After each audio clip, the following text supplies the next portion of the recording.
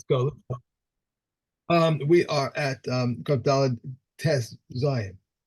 Tes Vav. Yes, that's right. Tes Vav. There are three hair nuts. The hair nut of a young woman is susceptible to becoming tummy with midrash tuma. The haircut of an old woman is susceptible to becoming tummy with corpse tuma. And the hair nut of one who goes out is tahor from any form of tuma. There are three boxes regarding a worn-out box. That one that is patched onto a sound one, we follow the status of the sound one. If one patched a small box onto a large one, we follow the status of the large one. If they were equal, we follow the status of the interior box. Reb Shimon says regarding the pan of a balanced scale, that one patched onto the bottom of a boiler. If you patch it on the inner surface of the boiler is tameh. But if you patch it on the outer surface of the boiler is tahor. If one patched the pan onto the side of the boiler, whether on the inner surface, the outer surface, it is tahor. All utensils have an exterior and an interior, such as pillows, mattresses, sacks, and martufin. These are the words of Reb Yehuda. Reb Meir says any utensil that has a loop has an exterior and an interior, but any utensil that does not have loop does not have an exterior and an interior. A table, the loop key, and it have an interior and an interior. These are the words of Reb Yehuda. Reb Meir says they have no exterior, and so too a tray without a rim. Okay. All right, so now we're going to discover that interior and exterior, the rules of interior and exterior don't specifically have to apply to things that are a container. Okay. So Kamardea, the ox goad, right? The ox goad is this one that's that we picked it over there. It's got a prod on one end and a blade on the other end. Okay, and because the working pieces are metal, the whole thing is judged as a metal kli. So it doesn't. So just because it's just because it's got wood in the middle doesn't mean that it's tahor. It is susceptible to tumah. But now when we're talking about liquids making the entire thing tameh, we see that the Mardeya also had the concept of acharayim v'toch. Okay, mishiva lecharchur ume'arba ledarban. Okay, so from 7 handbreadths for the blade and from 4 handbreadths for the prod, Divrei Rabbi Yehuda. So Rabbi Yehuda, again, he's the big proponent of not entirely obvious interior and exterior, as he did with the table and the dluvki in the previous Mishna. He says those are the parts that you need in order to, if it was a kli by itself, you'd need 7 handbreadths of handle. Okay, so that's called the interior. Okay. And the gap in between the 7 handbreadths and the 4 handbreadths, that's called the exterior, such that if tameh liquid fell there, only that area would become tameh, but not the rest of the kli. Okay. Rabbi Meir Omer ein lahem, nothing. There's no such thing as interior or exterior. Everything is considered interior, and the whole thing becomes tameh. Okay. Lo skuru ela arba v'shiv'a ela l'shirayim. Says the only reason why we mention these shirim of 7 and 4 for the ox goad is for the remnants. In other words, if it gets broken, and if you got less than 7 for the one end or 4 for the one end, then it's considered tahor because it's unusable in its current form. Okay. Midos yayin v'shemen v'zomelistra u'masnenes shel chardal.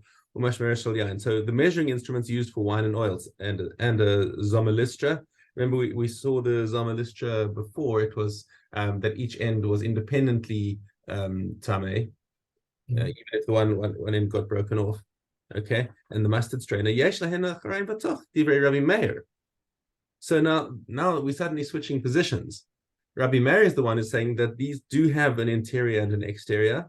Rabbi Yehuda Omer ein lahem. Okay, so what's the difference? Why is this? According to Rabbi Meir, the rabbinic distinction between exteriors and interiors of utensils applies to the aforementioned utensils as well. That is, whereas if a tameh liquid comes into contact with the interior of the utensil, it renders the entire utensil tameh. But if it comes into contact with the inside of the base, and certainly if it comes into contact with the outside walls of the utensil, it will render tameh only the utensil's exterior. In his opinion, the designation interior is reserved for the interior that serves as the primary function of the utensil. Thus, although the base is sometimes used as a container, it is nevertheless defined as the utensil's exterior. But Rabbi Yehuda says they do not have an exterior and interior. Says it's the exterior of these utensils is treated no differently. Thus, if a tame liquid touches the utensil anywhere in its exterior, it will render the entire kli tame. So in his opinion, the base of these utensils is not defined as an exterior, since it does occasionally serve as an interior of the utensil, although albeit not as the primary interior. Thus, it is not subject to the leniency that normally applies when a tame liquid comes into contact with the exterior of a utensil. And should tame liquid touch the inside of the base, the entire utensil and not only the base will become tame. If there's anything else.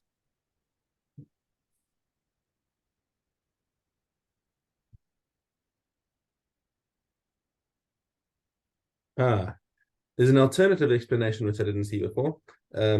When Rabbi Yehuda states, you see the footnote in smaller type on the bottom of 1066. Right. Okay. Yehuda states that these utensils do not have an exterior and an interior. He means that the utensil does not enjoy the leniency. He means not that it doesn't enjoy the leniency that normally applies when the exterior comes into contact with the tame liquid, but that it is not subject to the stringency that applies when the interior of the utensil does. That is, although normally when the interior of a utensil comes into contact with a tame liquid, the entire utensil is rendered tame. With regard to the 5 utensils our Mishna lists, if a tame liquid touches the interior of the utensil, the base is not rendered tame. This is because it is viewed as an independent kli, separate from the rest of the utensil. And honestly, what I like about this explanation is that it ties in with the previous Mishnah where it said that the Zomanistra, if the one end breaks off, this end is tame. If this end breaks off, then that end is tame, which is an indication that these are independent Keilim, and now it actually makes a lot more sense what Rabbi Yehuda is saying, is that each side becomes tame independently when it comes to liquids. Okay, so that's another possible interpretation of these opinions. Now back to Rabbi Yehuda, back to Rabbi Shimon. Rabbi Shimon Omer yesh lahem nitmu me'achoreihen mashi betochan tahor v'tzarich lehatbil. Says they do have an exterior and an interior. If they were rendered tame through the exterior, the contents remain tahor, but one must immerse the entire utensil. Okay, so what's Rabbi Shimon's opinion over here?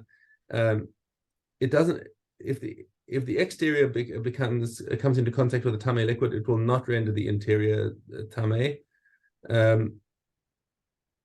In this respect, he agrees with Rabbi Meir that the exterior is treated more leniently than the interior.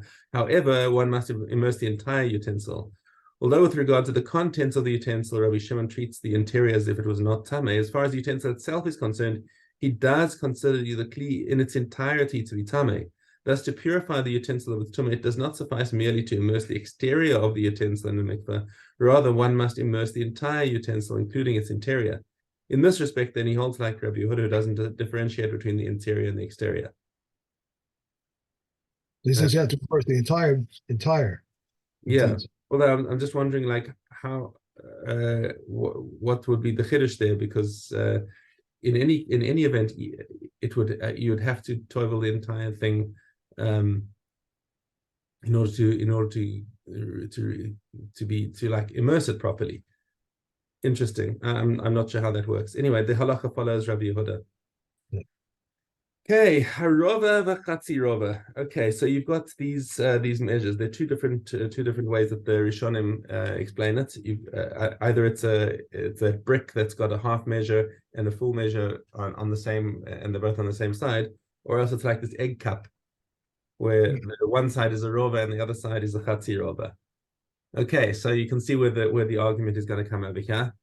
Nitma harova, lo nitma chatzi harova. Nitma chatzi harova, lo nitma harova. So if one becomes tame, the other one does not.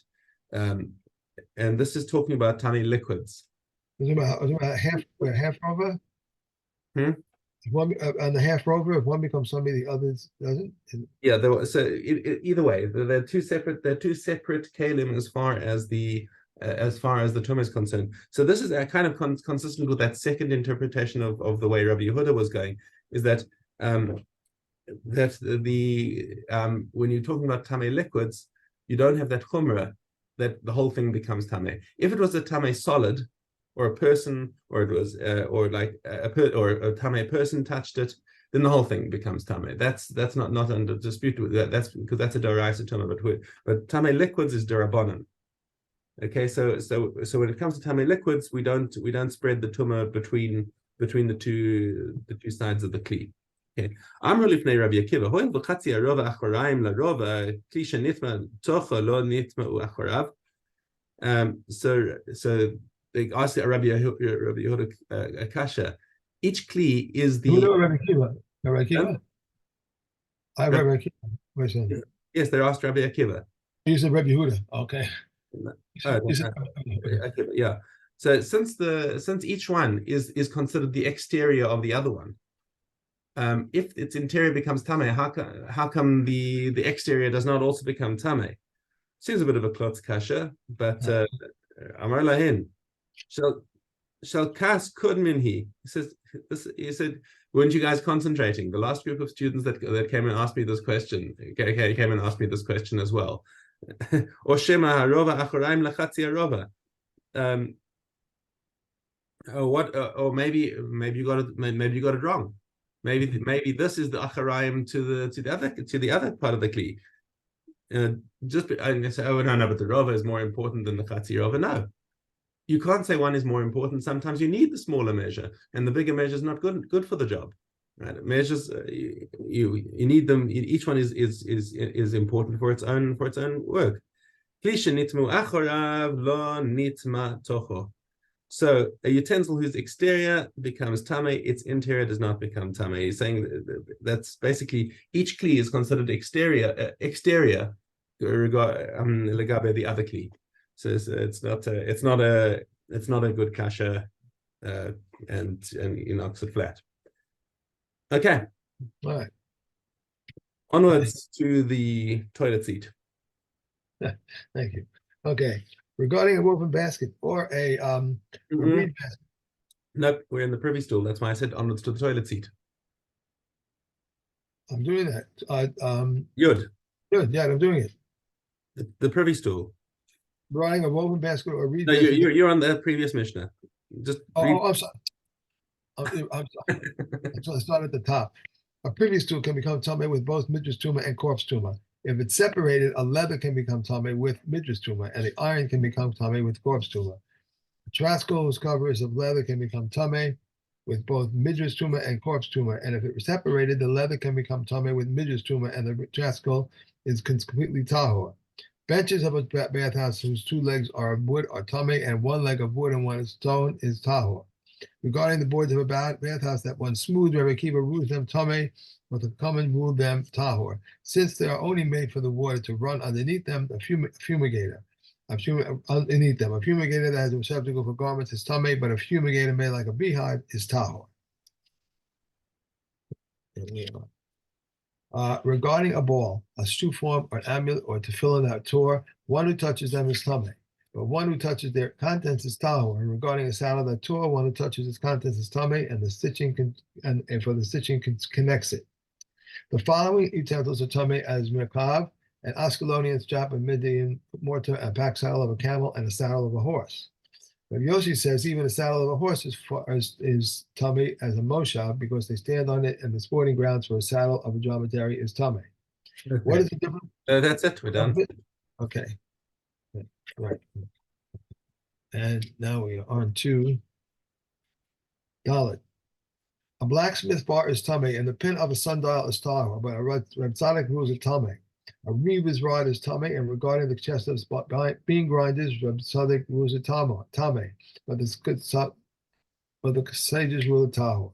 If its wagon was made of metal, it's tame. A nail that one prepared in order to unlock and lock with it is tame, and one that is made for surveillance is tahor. A nail that one prepared in order to open it is barrel with it.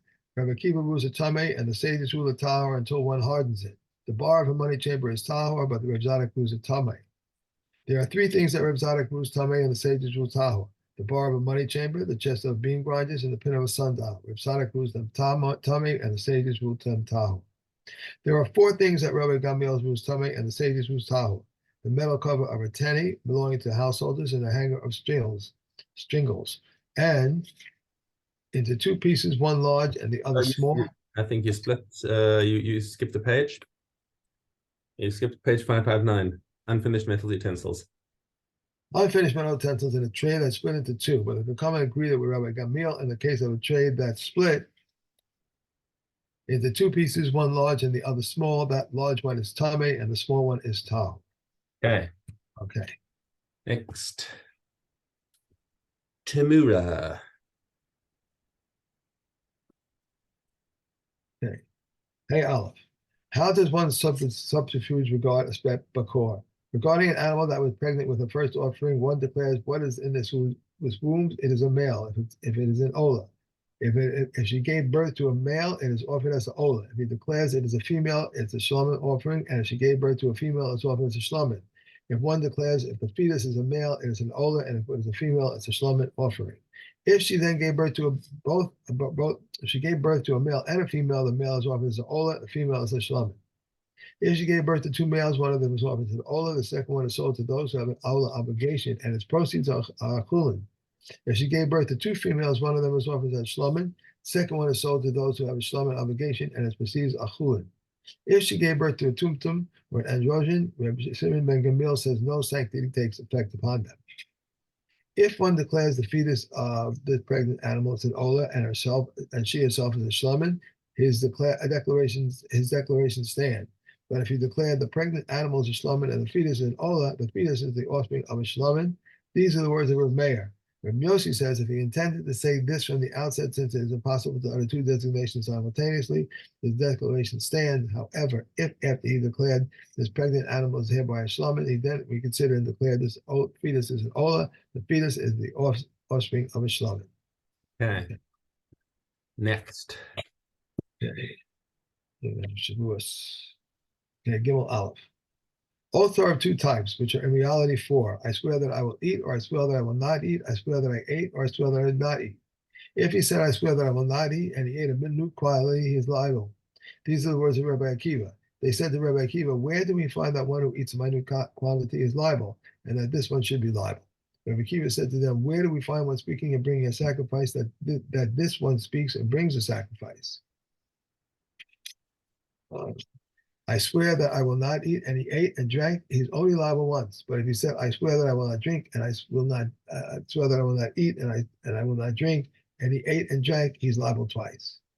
I swear I will not eat, and he ate wheat barley, bread barley, and spelt barley, he's liable only once. But if he said, I swear that I will either eat wheat bread or barley bread or spelt bread, and he ate, he's liable to each one.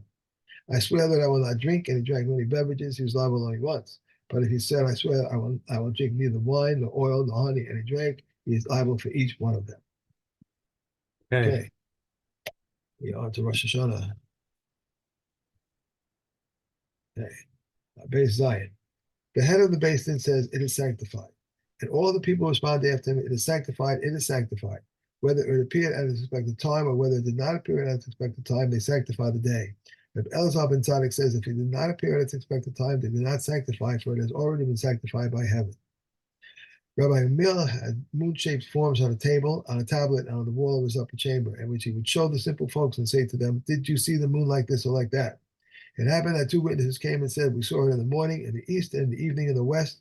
Rabbi Yochanan ben Nori said, they are false witnesses. But when they came to Yavne, Rabbi Gamliel accepted them. On another occasion, two witnesses came and said, we saw it at its expected time, but on the night of the day, it did not appear, and Rabbi Gamliel accepted them.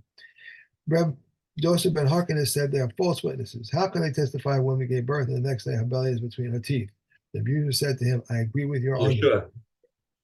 Or Reb Shua said, I agree with your argument. Okay. Rabbi Emil sent the message to him, I decree upon you that you come with me with your staff and your money on the day that Ram Kippur will fall according to your reckoning. Rabbi Akiva went and found him troubled, so he said to him, I can elucidate whatever Rabbi Gamliel did is validly done, where it says there are the holidays of Hashem, holy convocations that you shall declare, whether declared in their expected time or not in their expected time. I have no holidays but these. He came to Reb Joseph ben Harkinis, who said to him, if we come to reconsider the decisions of Reb Gamliel, the Beis Din, then we must reconsider the decision of every Beis Din that arose from the days of Moshe until now, as it is said, they went up Moses and Aaron, Nadav, and Avihu, and 70 of the elders of Israel. Why are the names of the elders not expressly mentioned? Only to teach us, right? It's wrong. Only to teach us that every 3 people who arose as a Bezdin for Israel are considered like the Bezdin of Moshe. Then he continued his staff and his money on his hand and went to Yavna to Rabbi Gamliel on the day that Rabbi fell according to his reckoning. Then Gamliel stood up and kissed him on the head and said to him, "Come in peace, my master and my disciple. My master is wisdom and my disciple is that you accepted my words." Okay. And Paya. Sit here.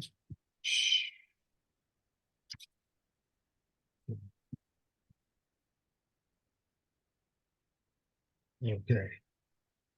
Rain, which is given for fodder or for binding sheaves, and similarly stalks of garlic and bundles of garlic and onions are not liable to shechachah.